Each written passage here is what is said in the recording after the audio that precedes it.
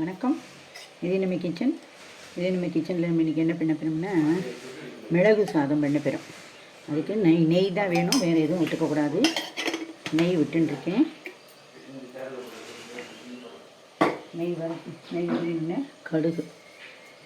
கடுகு வெடித்து வரட்டும், பார்க்கலாம். இப்போ நமக்கு கடுகு வெடிக்கிறது. கடுகு வெடித்த உடனே என்ன பண்ணணும், ஃபஸ்ட்டு கடலை பருப்பு மட்டும் ஒரு டீஸ்பூன். ஏன்னா நம்ம கொஞ்சமாக தான் சாதம் செஞ்சுருக்கோம், அதுக்கு தகுந்த அளவு போடுறோம். ஒரு டீஸ்பூனுக்கு உடைச்ச உளுத்தம் பருப்பு.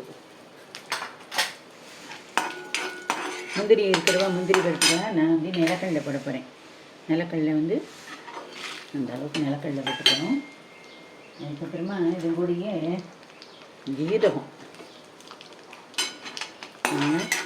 ஜீரகத்தை போட்டுண்டாச்சு. இப்போ இது நல்லா வறுபட்டு வரணும்.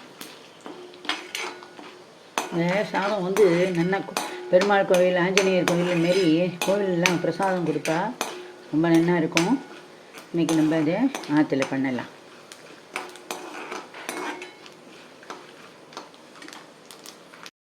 நம்ம இன்றைக்கி அடுத்த டிஷ்ஷாக என்ன பண்ண போகிறோம்னா மிளகு சாதம் பண்ண போகிறோம். மிளகு சாதத்துக்கு சாதத்தை நல்லா ஆற வச்சுட்டாச்சு.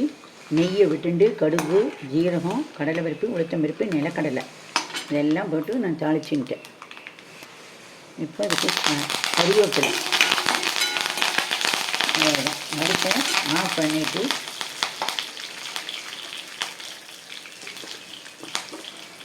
நெய்யில் தாராளமாக இந்த அளவுக்கு ஒரு டேபிள் ஸ்பூன் அளவுக்கு மிளகு பொடி போட்டுக்கணும். அப்புறம் இந்த சேத்துக்கு தேவையான உப்பையும் போட்டுக்கணும். இப்போது சாதத்தை இதில் கொட்டி கிளறணும். நல்லா உதிரியாக வடித்து நடுங்கோ. அதாவது வடிக்கிற வாழை இப்போல்லாம் யாரும் வடிக்கிறதில்லை, எல்லோரும் ரைஸ் குக்கர் தான். அதனால் உதிரியாக சாத்தை வச்சுட்டேன்னா இது ஜீரக சம்பா சாத்தில் பண்ணலாம், பாஸ்மதி ரைஸில் பண்ணலாம். நான் சாதாரணமாக டெய்லி சமைக்கிற ஆற்று அரிசியில் தான் நான் இது பண்ணியிருக்கேன். இது நல்லா நெய் வாசனையோட நல்லா இருக்கும். குழந்தைகளுக்கு கொடுக்கலாம், வயிற்றுக்கு ஒன்றும் பண்ணாது.